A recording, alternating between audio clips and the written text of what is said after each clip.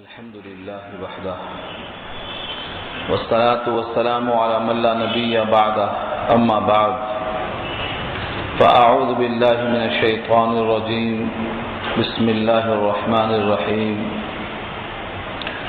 ويقول الإنسان وإذا ما مت لسوف أخرج حيا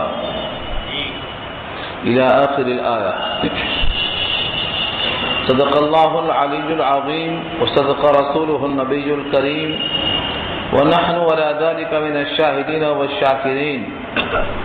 اللهم ألهمنا رشدنا وأعذنا من شرور أنفسنا. اللهم وفقنا لما تحب وترضى من القول والفعل والنية. رب اشرح لي صدري ويسر لي أمري واحلل عقدة من لساني يفقهوا قولي. آمين يا رب العالمين. محترم حضرات، معزز سامعین، محترم خواتین، میری ماں اور بہنوں، ملی بھائیوں، پیارے بچوں، آج کی گفتگو کا عنوان ہے 16واں پارہ سورہ مریم. سورت کا 5واں رکوع ہے اور پارے کا 8واں رکوع ہے.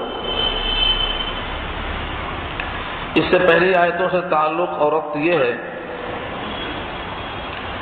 اللہ کا ہم وصف اور ہم نام دوسرا کوئی نہیں، اسی لیے مقصد پورا ہونے تک اور اس کے بعد بھی اللہ ہی کی بندگی میں لگے رہنا ہے. یہ مضمون تھا گزشتہ آیات میں. اب اگلی آیت میں اس سے کیا تعلق ہے کہ انسان یہ کہتا ہے کہ ہم مرنے کے بعد دوبارہ زندہ کیسے کیے جائیں گے، ہماری ہڈیاں گل جائیں گی، مٹیاں ہو جائیں گے، تو کیا دوبارہ ہم زندہ کیے جائیں گے؟ گویا اللہ کی قدرت پر اس کو شک. ظاہر ہے کہ جس کو اللہ کی قدرت پر شک ہو وہ کون سا انسان ہوگا؟ وہ کافر انسان ہوگا. مومن تو پڑھتا ہے ان اللہ علی کل شیء قدیر، اللہ ہر شے پہ قادر ہے. عقل میں آئے یا نہ آئے، جب اللہ ہر شے پہ قادر ہے تو اس کی قدرت پر شک کرنے والا کون ہو سکتا ہے؟ غیر مومن. اسی واسطے یہاں الانسان سے مراد مفسرین کہتے ہیں الانسان سے مراد کافر انسان ہے. کیا کہتا ہے کافر انسان؟ وَيَقُولُ الْإِنسان، اور کہتا ہے انسان، کہتا ہے اور کہے گا. جب نازل ہوا تھا، جب بھی کہہ رہا تھا انسان، اور آج بھی کہہ رہا ہے اور آئندہ بھی کہے گا. یقولو فعل مضارع ہے جس میں حال مستقبل دونوں مفہوم پایا جاتا ہے. وَيَقُولُ، اور کہتا ہے کہے گا. الانسان انسان، کافر انسان. اِذَا مَا مِتُّ، آ کے معنی کیا، اور اذا ما ایک حرف ہے. یہ ایک ایسا لفظ ہے جو اس وقت کے معنی میں آتا ہے. اذا ما مت، کیا جب میں مر جاؤں گا، کیا اس وقت جب میں مر جاؤں گا، لسوف اخرج حیا، تو عنقریب ضرور میں زندہ نکالا جاؤں گا. لسوفا میں لام زبر لا، البتہ ضرور کے معنی میں، اور سوفا عنقریب، اخرجو نکالا جاؤں گا، حیا زندہ ہو کر.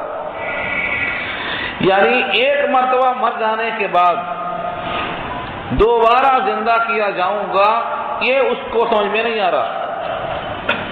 اللہ تعالیٰ نے اس کو سمجھانے کے لیے ایک تحقیقی جواب بھی دیا اور الزامی جواب بھی دیا.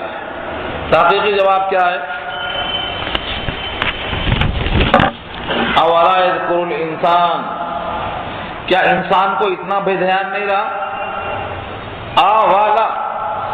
اولا کیا انسان کو اتنا بھی دھیان نہیں رہ گیا کہ ہم نے اس کو پیدا کیا جبکہ وہ کچھ تھا ہی نہیں.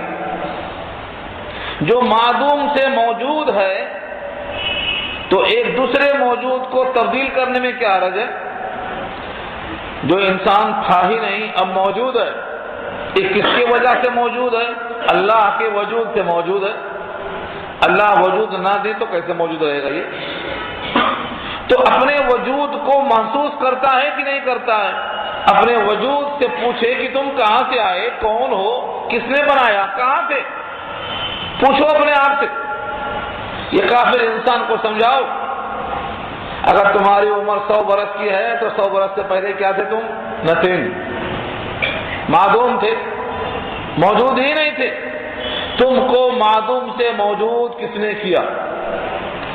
پھر تم کو کس چیز سے موجود کیا؟ حقیر قطرے سے۔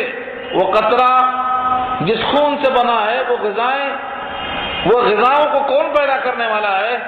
ان مٹیوں کو غذاؤں میں تبدیل کرنے والا کون ہے؟ اور مٹی میں ذائقہ بنا کر رنگین کرنے والا کون ہے؟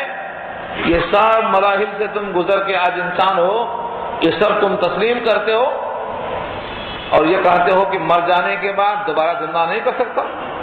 جو وجود دے سکتا ہے وہ تبدیل کرنے پر قادر کیوں نہیں ہے؟ یہ بات انسان کو سمجھ میں نہیں آ رہی۔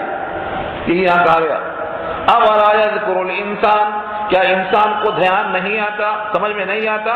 انا خلقناہ، کہ بے شک ہم نے اس کو پیدا کیا، من قبل، اس سے پہلے، ولم یک شیئا، اور نہیں تھا کچھ بھی۔ کون سا انسان؟ ہر انسان اپنے سے پوچھے، جواب آئے گا تم نہیں تھے، آج ہو۔ تم قطرہ تھے، آج اشرف المخلوقات ہو۔ تم باپ کی صلب میں تھے، آج زمین کی پیٹھ پر ہو۔ تم زمین کے ذروں میں تھے، آج بہت رنگین ہو۔ تم کو ماڈرن بنایا کس نے؟ تمہارے ذہن میں فہم کس نے ڈال دیا؟ وہ اس پر قادر ہے کہ جو عدم سے وجود دے سکتا وہ وجود میں تغیر کر سکتا۔ تم بچے تھے، جوان کیسے ہوئے؟ جوان سے بوڑھے کیسے ہوئے؟ بڑھاپے میں جراپا کیسے آ گیا؟ ہاتھوں کی طاقت میں یہ تغیر کیسے آ گیا؟ داڑھی کالی تھی، سفید کیسے ہو گئی؟ دانت کمزور کیسے ہو گئے؟ یہ تغیر پر تم کو مشاہدہ ملتا ہے کہ وہ قادر مطلق تغیر پر بھی قادر ہے، عدم سے وجود پر بھی قادر ہے۔ اسی طرح مٹی ہو جانے کے بعد پھر ان ہڈیوں میں گوشت چڑھانے پر قادر ہے۔ یہ سمجھایا ہے ولم یک شیئا۔ اور اگر یہ بات سمجھ میں نہیں آتی تو ربک، تو تیرے رب کی قسم ہے۔ رب کریم قسم کھا رہے ہیں۔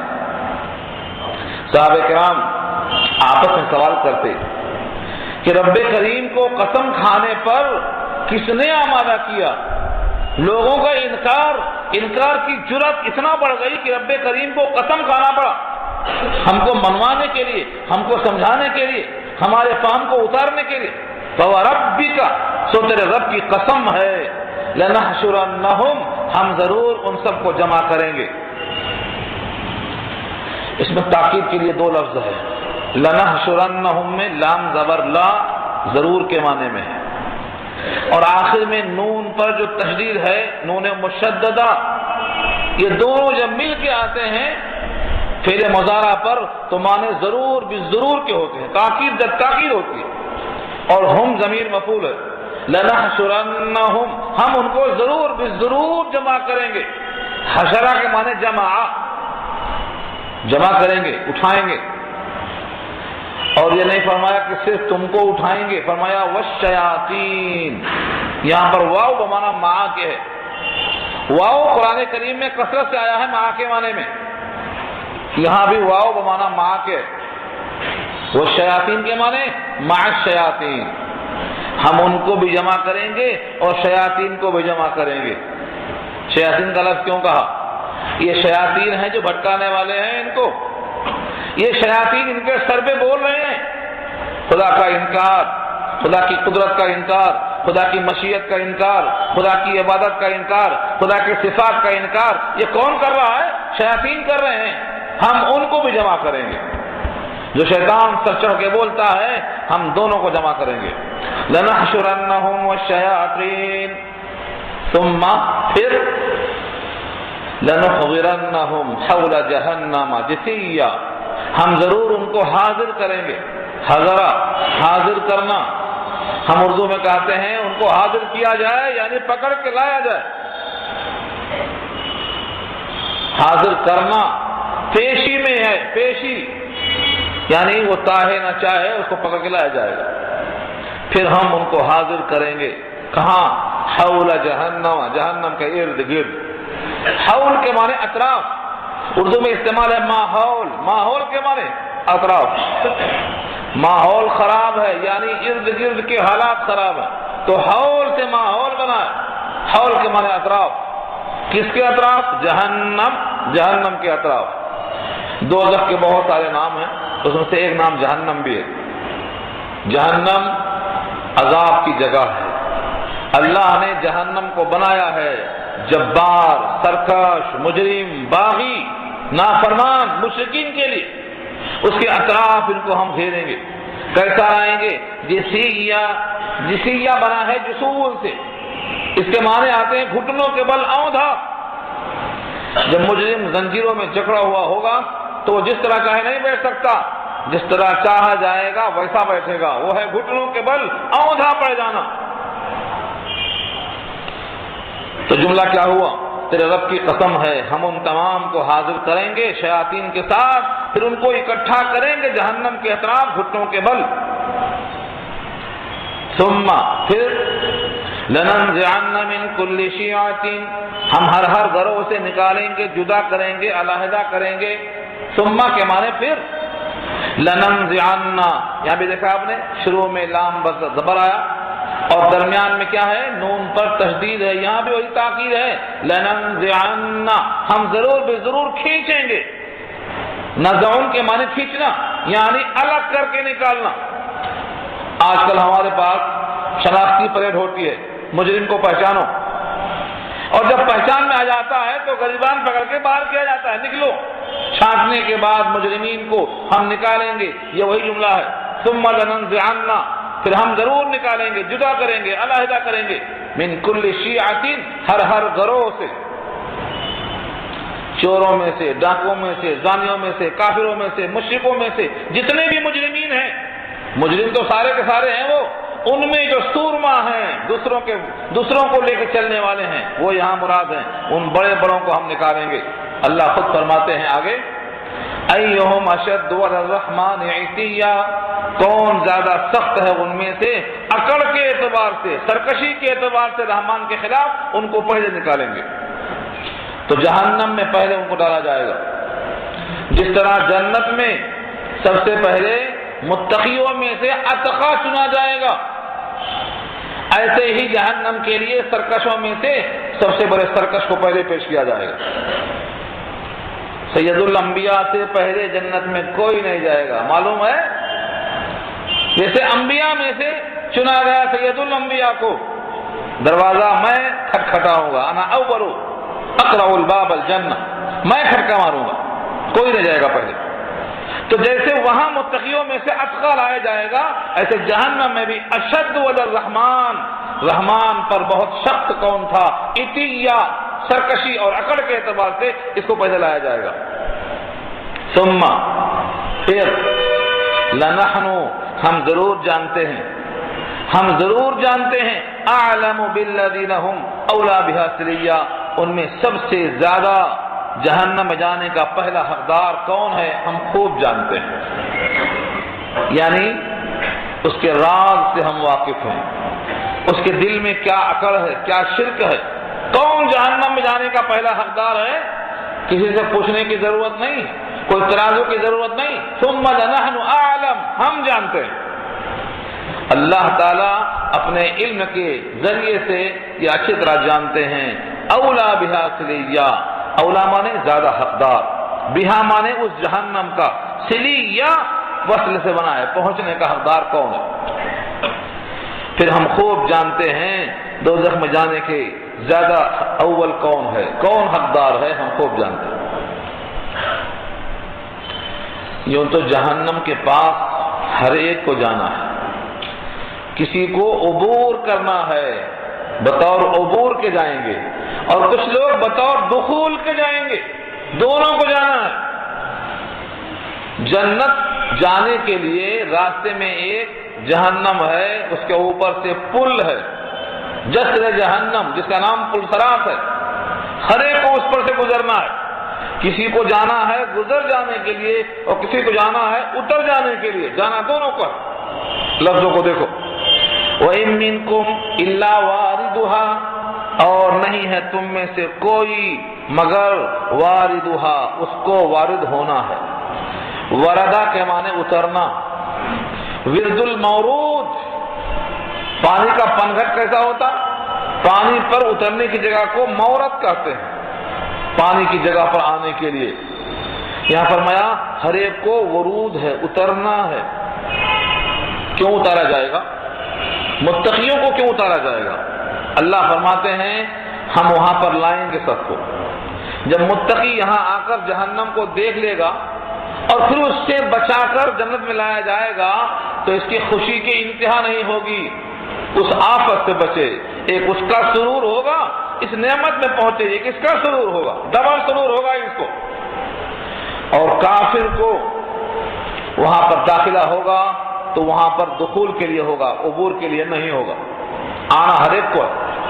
وَإِن مِّنكُمْ، اور تم میں سے کوئی ایسا نہیں ہے، ان نافیہ بتایا تھا میں، اللہ سے پہلے ان پورے قرآن کریم میں جہاں بھی آئے نافیہ کے لیے آتا ہے۔ وَإِن مِّنكُمْ إِلَّا وَارِدُهَا، اور نہیں ہے تم میں سے کوئی مگر وارد ہوگا، گزر ہوگا۔ تو وردہ کے معنی اگر ورود ہے تو گزرنا، وردہ کے معنی اگر دخول ہے تو اترنا۔ لیکن اللہ خود فرماتے ہیں کان علی ربک حتما مقضیہ، یہ ہے تیرے رب کے اوپر فیصلہ کیا ہوا۔ حتمن کے معنی حتمی، پکا، اور مقضیہ کے معنی طے شدہ، اس میں کوئی دو رائے نہیں ہوگی، تبدیل نہیں۔ یہ ایسا قول ہے جو پورا ہو کے رہے گا۔ تم میں سے ہر ایک شخص کو گزرنا پڑے گا۔ جہنم سے گزرتے ہوئے کوئی انسان تیز نکل جائیں گے، بہت تیز چلے جائیں گے۔ حدیثوں میں بڑا مضمون ہے، بہت سے لوگ تیز چلے جائیں گے۔ جو سواریاں ہوتی ہیں قربانی کی، حدیث میں آتا ہے علی الصراط مطایاکم، یہ تمہاری سواریاں ہوں گی پل صراط پہ، بیٹھیں گے اور نکل جائیں گے بجلی کی طرح۔ جانا تو پڑے گا، اور بعض لوگ اپنے گناہوں کی وجہ سے پکڑ لیے جائیں گے، اس پر آنکڑے ہوں گے۔ کیسے آنکڑے ہوں گے؟ صحابہ نے پوچھا، بخاری میں روایت موجود ہے، فرمایا سعدان کے کانٹوں کی طرح آنکڑے ہوں گے۔ سعدان کے کانٹے آپ تو دیکھے نہیں ہیں، تو سعدان کے کانٹے کہاں ہوتے، کیسے ہوتے، ان کو سمجھ میں آ گیا۔ شارحین لکھتے ہیں جب کسی گوشت کی دکان پر جا کر دیکھیں گے گوشت لٹکا ہوا ہے، تو جس کانٹے میں لٹکتا ہے گوشت اس کو سعدان کے کانٹے سمجھ لو، ایسا لٹک جائیں گے اس کے اندر۔ اور یہ سب کے سب اپنے اپنے جرم کے لحاظ سے لٹکے ہوئے ہوں گے۔ کوئی داخل ہو جائے گا ہمیشہ کے لیے کفر اور شرک کی پاداش میں، کوئی گر جائے گا دھلائی کے لیے، جس کو اللہ سزا دینے کے واسطے داخل کریں گے، دھلائی کے لیے گناہوں کے بقدر، تو دھلائی کے واسطے گرے گا۔ لیکن وہاں سے جانا تو ہر ایک کو ہے۔ اللہ آگے خود فرماتے ہیں ثم ننجی، پھر ہم نجات دیں گے الذین اتقوا، جو متقی ہیں، جو متقی پرہیزگار ہیں، ان کو وہاں لے جا کر پھر ان کو وہاں سے نجات دیں گے۔ اب شارحین نے اس میں توضیح کی ہے، اوپر سے اوپر لے جائیں گے یا نیچے دکھا کر پھر لے جائیں گے۔ اگر ورود ہے گزر جانا، یا اگر اترنا بھی معنی میں ہے تو شارحین لکھتے ہیں جیسے حضرت ابراہیم کو نمرود کی آگ میں، آگ کو اللہ نے گلزار ہونے کا حکم دے دیا تھا، اگر متقی وہاں جائے گا مشاہدے کے لیے تو آگ گلزار بن جائے گی، کوئی اثر نہیں کرے گی۔ جائیں گے دیکھنے کے لیے تاکہ عبرت حاصل ہو اور آئندہ کی خوشی میں اضافہ ہو، لیکن آگ اثر نہیں کرے گی۔ یہ بھی ایک توضیح ہے۔ جن کو اللہ معاف نہیں کرنا چاہتے ہیں، گناہوں پر دھلائی کرنا چاہتے ہیں، ایمان کمزور ہے، وہ بھی وہاں پہنچیں گے۔ اسی واسطے کہ بعض روایتوں میں آتا ہے، ایک عنوان ہے باب ثواب هذه الامہ، اس امت کے ثواب کے بیان میں ایک روایت ہے، بڑی طویل روایت ہے، آپ نے سنا بھی ہوگا۔ جہنم میں سے سب کو اللہ چن لیں گے، جن کو کسی کی سفارش میں اثر آئے گی، جس میں ذرہ برابر بھی ایمان ہوگا، سب نکال لیے جائیں گے۔ انبیاء کی، شہداء کی، اولیاء کی، حفاظ کی، سب کی سفارشوں کے بعد جہنم میں کچھ لوگ ایسے بھی رہیں گے جن کا نور ایمان اتنا کمزور تھا کہ کسی کو نظر نہیں آیا، ان کی سفارش کوئی نہیں کر سکا۔ نور ایمان اتنا کمزور تھا کہ کسی کو نظر نہیں آیا۔ رب کریم ان تمام انسانوں کو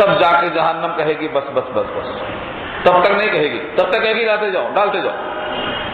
اس جہنم سے بچنے کے لیے اللہ فرماتے ہیں متقین کو ہم بچا لیں گے، ثم ننجی الذین اتقوا، پھر ہم نجات دے دیں گے ان کو جو متقی ہیں، ونذر الظالمین فیہا جثیا، اور ہم چھوڑ دیں گے ظالموں کو اس میں گھٹنے کے بل پڑے رہیں گے۔ وہ متقی کون ہیں اور مومن کون ہیں، یہ تو تفصیل کئی دفعہ آ چکی ہے۔ ظالمین کون ہیں یہ سن لو۔ اللہ فرماتے ہیں جب ہماری آیتیں پڑھی جاتی ہیں، آیتیں، فیصلہ آیتوں سے ہی کرے گا۔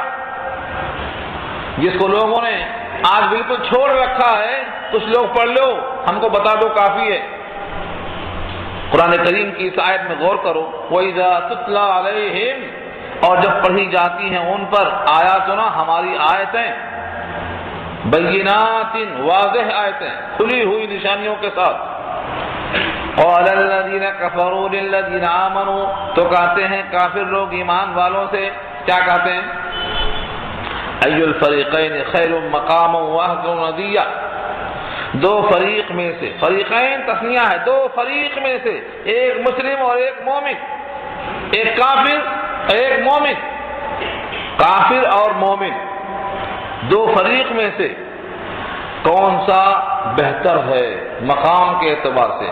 خیرun بہتر ہے، مقامن مقام کے اعتبار سے، وہ احسن ندیہ اور بہتر ہے محفل کے اعتبار سے۔ ظاہر بات ہے مکے کا سردار ایک آواز پر پوری وادی بھر جاتی، گھوڑوں سے، گھوڑ سواروں سے، ایک طرف 313 ہیں اور ایک طرف ہزاروں کا لشکر ہے، کس کا لشکر زیادہ ہے؟ مکے والوں میں کافروں کا لشکر زیادہ ہے۔ تو یہ کہا کرتے تھے کہ دیکھو آیتیں سن کر اپنے کو اچھا ثابت کرنے کی دلیل دیکھو، اور یہ دلیل آج بھی چلا رہے ہیں لوگ۔ کفار قریش کی دلیل اور منطق اچھی طرح سمجھو۔ دو فریق میں سے اچھا کون ہے؟ کس لحاظ سے؟ مکان کے لحاظ سے، محفل کے لحاظ سے، یعنی کس کا مکان بڑا ہے اور کس کی محفل بارونق ہے۔ یہ ایک سورہ ہوا، یہ ایک جملہ ہوا۔ دوسرا جملہ آنکھوں سے دیکھ لو کہ ان کی محفل بڑی ہے، ان کا مکان بڑا ہے۔ اور تیسرا وہ جو بولنا چاہتے نتیجہ وہ یہ ہے کہ دینے والا تو رحمان ہے، اگر ہم اس کے چہیتے، لاڈلے، محبوب، پسندیدہ نہیں ہیں تو تم سے ہمیں زیادہ کیوں دے رہا ہے؟ جس کو وہ دیتا ہے یقیناً دینے والا اسی کو دیتا ہے جس کو چاہتا ہے۔ تو چہیتے ہم ہوئے، تم کیسے ہوئے؟ آج بھی مسلمان جب تولتے ہیں کسی کو تو کہتے ہیں بیچارہ پہلے اچھا تھا اب خراب ہو گیا۔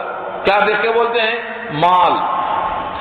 پہلے نمازیں کم پڑھتا تھا اب زیادہ پڑھ رہا ہے تو اچھا ہوا یا برا ہوا؟ یہ نہیں بولیں گے۔ پہلے روزہ کم رکھتا تھا، روزہ بہت رکھتا ہے، یہ نہیں دیکھیں گے۔ پہلے اس کے چہرے پر داڑھی نہیں تھی اب داڑھی آ گئی، یہ نہیں دیکھیں گے۔ پہلے قرآن غلط پڑھتا تھا یا پڑھتا ہی نہیں تھا، اب قرآن صحیح پڑھتا ہے، پابندی سے پڑھتا ہے، یہ نہیں دیکھیں گے۔ کیا دیکھیں گے؟ بیچارہ حالت رہ گئی، پہلے کتنا اچھا تھا۔ بھائی کس لحاظ سے اچھا تھا؟ مکان کے لحاظ سے اچھا تھا، محفل کے لحاظ سے اچھا تھا۔ یہ اچھائی کا معیار کفار قریش کا تھا۔ جب رسول اللہ ہجرت کو نکلے ہیں تو کفار مکے میں زیادہ تھے، مسلمان کی تعداد کمزور تھی۔ جب فرعون پیچھا کر رہا تھا حضرت موسیٰ کا تو موسیٰ کا تعاقب کرنے والا فرعون بہتر تھا ہر لحاظ سے موسیٰ کے مقابلے میں۔ آپ آدم سے لے کر اب تک کی تاریخ پڑھ لو، ہمیشہ ہجرت کرنے والے کمزور تھے مکان اور محفل کے اعتبار سے، لیکن نتیجے کے اعتبار سے وہی کامیاب ہوئے۔ غزوہ بدر میں تعداد صحابہ کی کیا تھی؟ 313 تھی، تعداد ان کی کم ہے، تعداد وہ زیادہ ہے، اصلی ادھر کم ہے ادھر زیادہ ہے، لیکن کس کا نفع ہوا؟ بدریوں سے اللہ نے کہا تم کو ہم نے بالکل آزاد کر دیا، راضی ہو کر کے تم جو چاہے کرو، تم کو معاف کر دیا ہم نے۔ یہ پروانہ کس کو ملا؟ بدریوں کو ملا۔ بدری صحابہ کے نام کو لینے کے بعد دعائیں قبول ہوتی ہیں، جب بخاری میں بدری صحابہ کا تذکرہ آتا ہے تو اس دن دعا کرائی جاتی ہے، ان صحابہ بدریوں کے ناموں کے طفیل دعائیں قبول ہوتی ہیں۔ یہ مرتبہ کس کو ملتا ہے؟ تو دنیا والے آج بھی دیکھتے ہیں کس کی محفل اچھی ہے اور کس کا مکان اچھا ہے تو وہ خدا کا محبوب ہے۔ رسول اللہ کو دیکھو، سارے انبیاء کو دیکھو، یہ نتیجہ نہیں ہے۔ نتیجہ یہی ہے کہ متقی کون ہے، پرہیزگار کون ہے۔ لیکن اس کا ایک رخ اور دیکھو، وہ کیا ہے؟ لوگ سمجھتے ہیں جس کے پاس مال آیا وہ اچھا ہے ہی نہیں، یہ بھی غلط رخ ہے، یہ بھی غلط سوچ ہے۔ بعض لوگ مال کو ہی سب کچھ سمجھتے ہیں، اخلاق اعمال کچھ بھی ہو، ایمان کچھ بھی ہو، اور بعض لوگ اس کا بالکل الٹا چلے گئے ہیں، مال آیا تو آدمی اچھا نہیں ہے، یہ بھی رخ غلط ہے۔ حضرت سلیمان بادشاہ تھے، نبی بھی تھے، حضرت داؤد بادشاہ بھی تھے، نبی بھی تھے، خود حضرت نبی کریم صلی اللہ علیہ وسلم کے صحابہ میں عثمان غنی سید الشہداء، حضرت عبد الرحمن ابن عوف، حضرت حمزہ رضی اللہ تعالیٰ عنہ جو سید الشہداء ہیں، نبی صلی اللہ علیہ وسلم کے چہیتے چچا ہیں۔ آپ سمجھتے ہیں کہ ان کے پاس کچھ بھی نہیں تھا، سردار ہیں یہ، اور آج بھی مسلمان اتنا خرچ کرنے کی ہمت نہیں کرے گا جتنا اس زمانے میں خرچ کیا تھا عثمان غنی نے۔ ایک کنویں کو خریدا 36,000 درہم میں، کیوں؟ نبی نے کہا دیا تھا ایک کنواں مجھے چاہیے اسلام کے لیے، حاضر ہے۔ تو مال آیا تو خراب ہے یہ سوچنا بھی غلط ہے۔ ہمارے مال آیا تو اچھا ہے یا مال آیا تو برا ہے، یہ ترازو میں سوچنا ہی نہیں۔ ہمیں پہلے ایمان اور عمل صالح دیکھنا ہے، یہ ہے، اس کے ساتھ اگر مال بھی ہے تو اللہ کی نعمت ہے، لیکن مال کی وجہ سے ایمان چلا گیا تو گھاٹے میں، خسارے میں ہے، یہ دولت۔ امام مالک نئے لباس پہنا کرتے تھے، ابو حنیفہ کپڑوں کے تاجر تھے، بہترین مالدار تھے، سب پہ خیرات کیا کرتے تھے، تو کیا یہ لوگ اچھے نہیں تھے؟ ایک صحابی کا نکالو، صحابہ کرام تاجر تھے، تجارت میں مال کماتے تھے، یہ برا نہیں ہے۔ جس ایمان کو باقی رکھنے کا حکم دیا گیا ہے اس ایمان کے ساتھ، عمل صالح کے ساتھ دنیا بھی آتی ہے تو یہ اللہ کی مزید عطا ہے، لیکن ایمان کو بیچ کر، اعمال صالحہ کو فروخت کر کے دنیا کے تاریخ کے چکر میں اگر مال کے پیچھے پڑ گئے تو یہ ہے اصل معصوم۔ تو دونوں ترازوں میں غور کرنا ہے۔ اللہ فرماتے ہیں وَإِذَا تُتْلَى عَلَيْهِمْ آيَاتُنَا بَيِّنَاتٍ، جب تلاوت کی جاتی ہے ان پر ہماری آیتوں کی کھول کھول کر یا واضح نشانیاں، قَالَ الَّذِينَ كَفَرُوا، تو کہتے ہیں وہ لوگ جنہوں نے کفر کیا، لِلَّذِينَ آمَنُوا، ایمان والوں سے، أَيُّ الْفَرِيقَيْنِ، دو فرقوں میں سے کون سا فرقہ ہے، خیر بہتر، مقاماً، مقام کے اعتبار سے، کس کا مقام زیادہ اچھا ہے پوچھ رہے ہیں، وَأَحْسَنُ نَدِيًّا، اور کون زیادہ عمدہ ہے محفل کے اعتبار سے، ندیہ، ندوہ سنا تھا آپ نے؟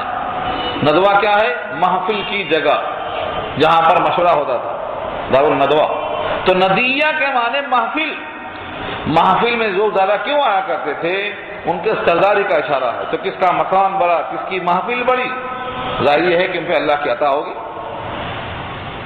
اللہ فرماتے ہیں تمہارے سوال کا جواب، وَكَمْ أَهْلَكْنَا قَبْلَهُمْ مِنْ قَرْنٍ هُمْ أَحْسَنُ أَثَاثًا وَرِئْيًا، اور کتنے لوگ ہیں جن کو ہم نے ہلاک کر دیا ہے ان سے پہلے۔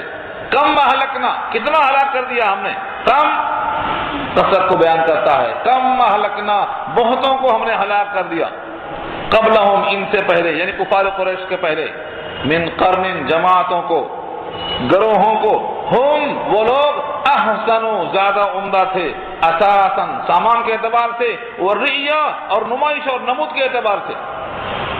اگر تمہارا یہ فارمولہ صحیح ہے کہ جس کا مکان بڑا ہو، جس کے پاس محفل بڑی ہو، دینے والا اللہ ہے، اپنے چہیتوں کو دیتا ہے، تو پھر بہتوں کو جو ہلاک کر دیا ان کی محفل تم سے بڑی تھی، ان کا سامان تم سے زیادہ تھا، اور ان کے پاس سامان نمائش کا تم سے زیادہ عمدہ تھا، انہیں کیوں ہلاک کر دیا اگر وہ اللہ کے محبوب تھے؟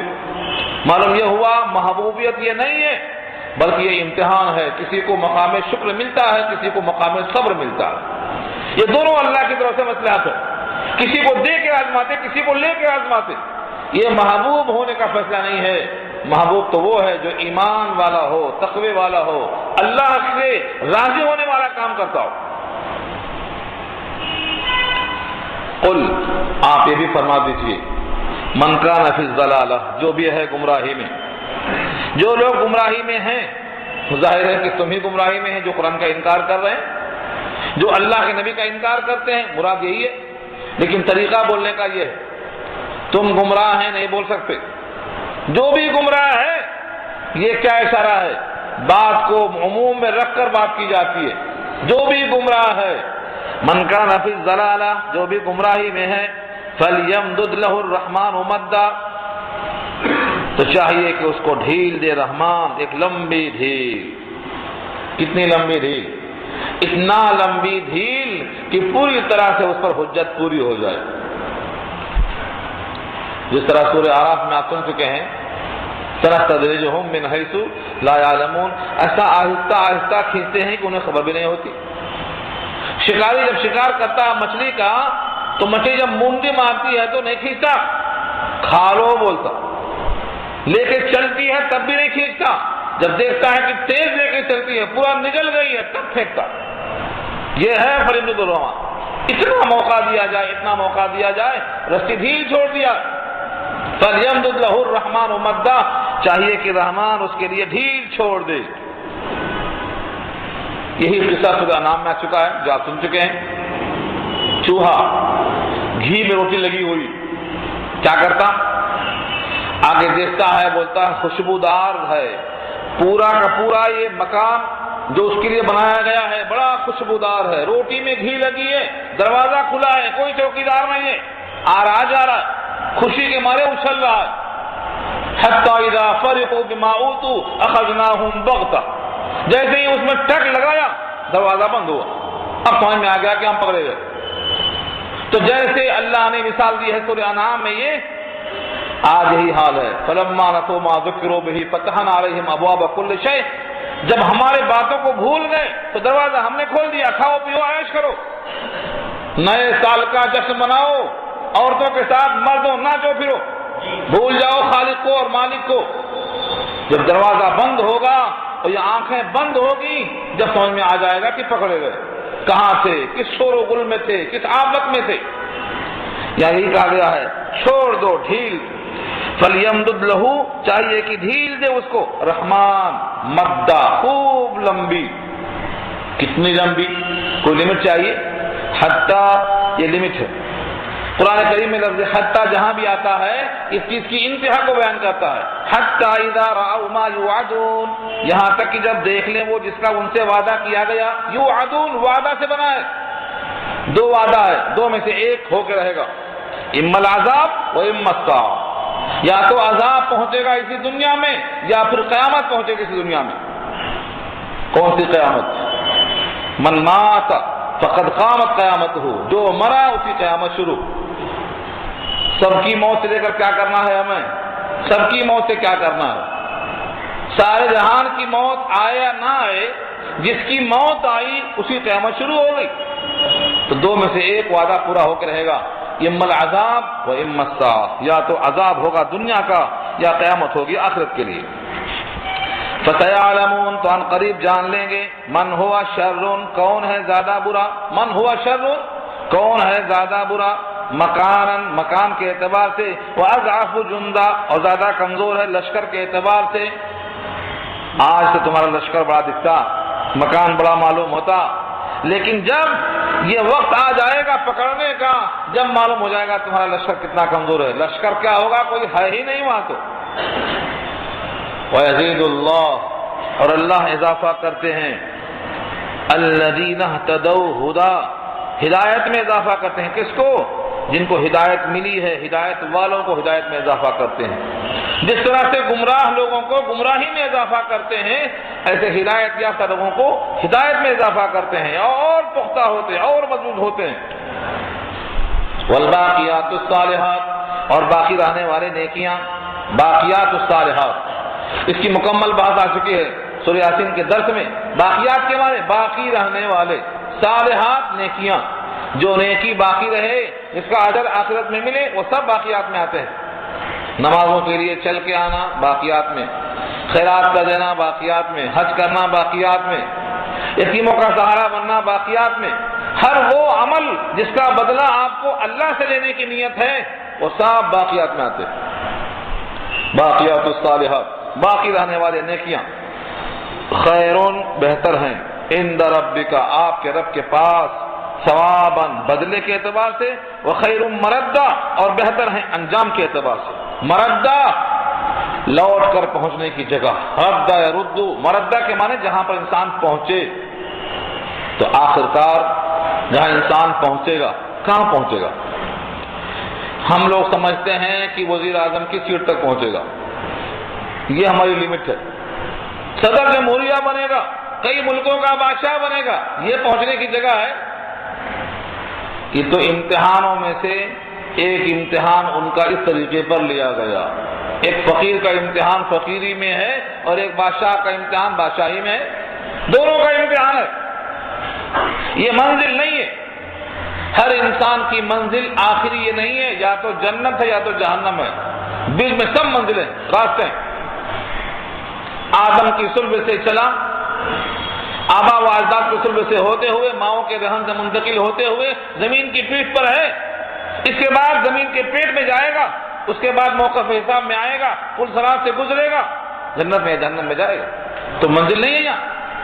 اللہ نے کہا لَتَرْكَبُنَّ طَبَقًا عَنْ طَبَقٍ، تم تو چل رہے ہو، بس اسٹیپ بائی اسٹیپ چل رہے ہو۔ تم بچے تھے آج جوان ہو، کل جوان سے آج بوڑھے ہو، کل زمین کے پیٹھ پر تھے آج پیٹ میں ہو، چلے منزل بمنزل چلتے چلے گئے۔ اس کو منزل سمجھنے والا، اس کو کامیابی سمجھنے والا دھوکے میں ہے، اندھیرے میں۔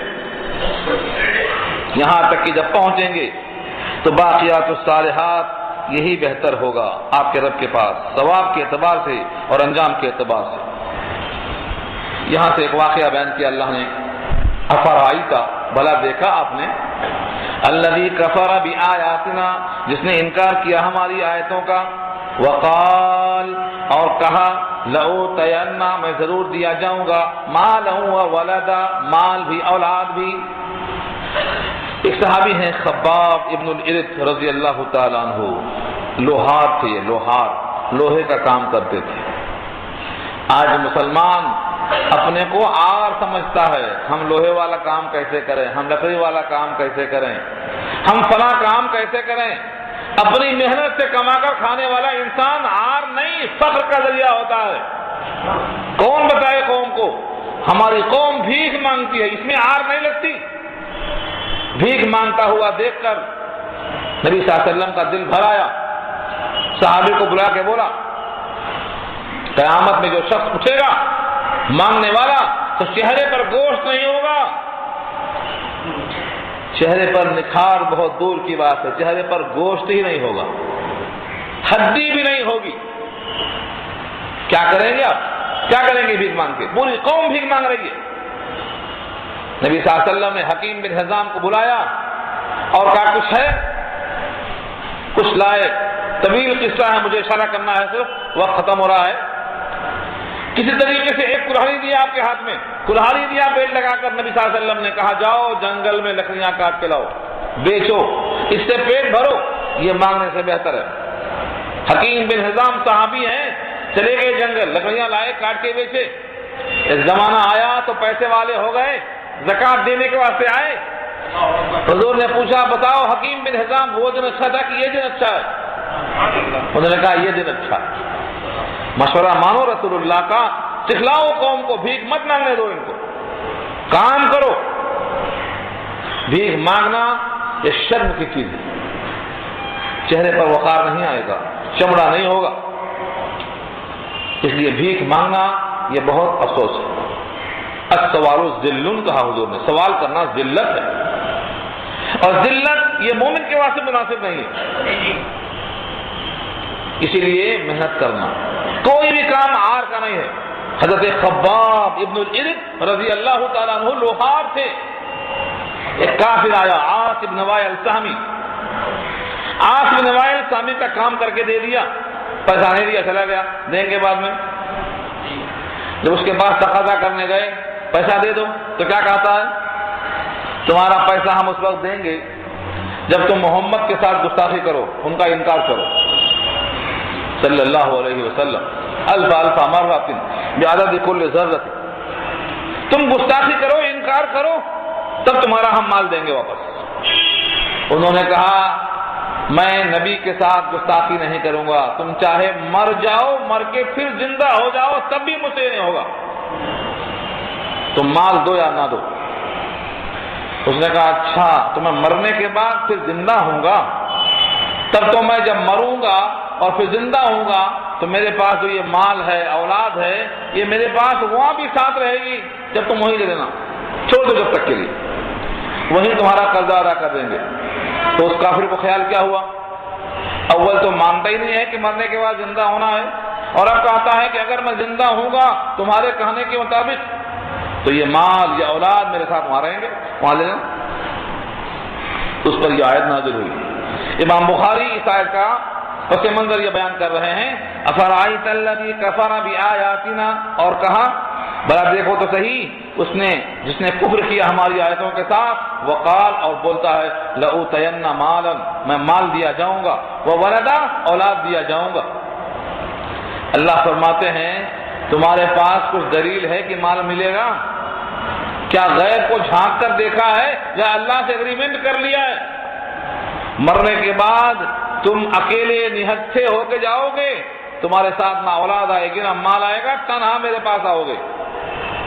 آگے آگے دیکھو، اطلع الغیب، کیا جھانک کر دیکھا ہے غیب کو؟ ام، یا اتخذ عند الرحمن عہدا، بنا رکھا ہے رحمان کے پاس کوئی ایگریمنٹ، کوئی عہد نامہ ہے، یہاں بھی مال دیا وہاں بھی مال دوں گا؟ کلا، ہرگز نہیں، کلا ہرگز نہیں، میں نے یہاں دیا تھا قارون کو، فرعون کو، مگر یہ امتحان کے لیے ہے، وہاں بھی ملے گا؟ کلا، ہرگز نہیں۔ سنکتب ما یقول، اور ہم نوٹ کیے لیتے ہیں، سنکتب، نکتب سے پہلے سین کے معنی عنقریب، عنقریب ہم نوٹ کیے لیتے ہیں، ما یقول، جو کچھ وہ کہہ رہا ہے، جو کچھ وہ کہہ رہا ہے ہم نوٹ کیے لیتے ہیں۔ کیا کہہ رہا ہے؟ مال ہوگا، اولاد ہوگی، ہم اس کو لکھ لیتے ہیں۔ وَنَمُدُّ لَهُ مِنَ الْعَذَابِ مَدًّا، اور ہم بڑھائیں گے اس کو عذاب میں خوب بڑھانا، مال نہیں بڑھائیں گے، اولاد نہیں بڑھائیں گے، عذاب بڑھائیں گے، کیونکہ عذاب کا حقدار ہے یہ، ہم نوٹ کیے لیتے ہیں اس کے اس قول کو۔ رہا سوال جو اس کے پاس مال موجود ہے، یہ مال لے کر ساتھ نہیں جا سکے گا، اس کی میراث کے وارث ہم ہوں گے۔ وَنَرِثُهُ مَا يَقُولُ، اور ہم وارث ہوں گے اس کی مال کے، ما یقول، جو کچھ وہ کہتا ہے، گھر ہے، مکان ہے، اولاد ہے، بچے ہیں، زمین پر جو کچھ ہے، جس کا وہ مالک ہے، ان تمام چیزوں کے مالک ہم ہوں گے، ہم پر میراث لوٹ کے آئے گی۔ وَنَرِثُهُ مَا يَقُولُ، جو کچھ وہ کہتا ہے اس کی میراث ہم کو پہنچے گی، ہم وارث رہ جائیں گے۔ کیوں؟ کل من علیہا فان ویبقی وجہ ربک، رب باقی رہیں گے، باقی سب ختم ہو جائیں گے، تو میراث کس کو پہنچے گی؟ اللہ کو پہنچے گی۔ ویاتینا فردا، اور آئے گا وہ ہمارے پاس فردا، فردن فردن، ون بائی ون، یہ بھی اکیلے آئے گا۔ یہ عاص بن وائل سہمی اللہ کے پاس تنہا آئے گا، بچے ساتھ نہیں ہوں گے، مال ساتھ میں نہیں ہوگا، بڑی محفل والا، اس کی محفل والے کوئی ساتھ نہیں ہوں گے۔ یاتینا فردا، سنا ہے سکندر نے کہا تھا جاتے وقت میرے ہاتھ کفن سے باہر کر دینا، کہ پوری دنیا کا بادشاہ بھی خالی ہاتھ جا رہا ہے، لوگ دیکھ لیں، عبرت کے لیے۔ دنیا میں کوئی انسان، کیسا بھی انسان ہو، جب جائے گا تو اپنے جسم کو چھپانے کے ساتھ، اگر مقدر میں ہوگا تب کپڑوں کے ساتھ جائے گا، ورنہ مچھلی بھی کھا سکتی، آگ بھی کھا سکتی۔ حضرت مصعب بن عمیر رضی اللہ تعالیٰ عنہ بڑے نازوں کے پلے ہوئے تھے، جب وقع اسلام میں آ گئے تو سب مخالف ہو گئے، دشمن ہو گئے، ناز و نعمت کو سب کو چھوڑ دیا اسلام کے مقابل میں۔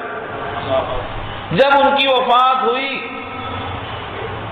شہادت کے موقع پر، تو ایک کمبل تھی جسم پر، باقی کچھ نہیں تھا، ان کو بطور کفن کے وہی کمبل دی گئی۔ جب سر چھپاتے تو پاؤں کھل جاتا، اور پاؤں چھپاتے تو سر کھل جاتا۔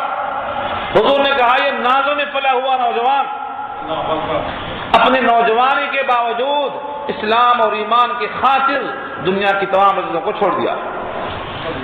حضور نے کہا اس کے سر کو چھپا دو کپڑوں سے، پیروں پر گھاس ڈال دو۔ اذخر گھاس ڈال دی گئی، اذخر گھاس ڈالی گئی۔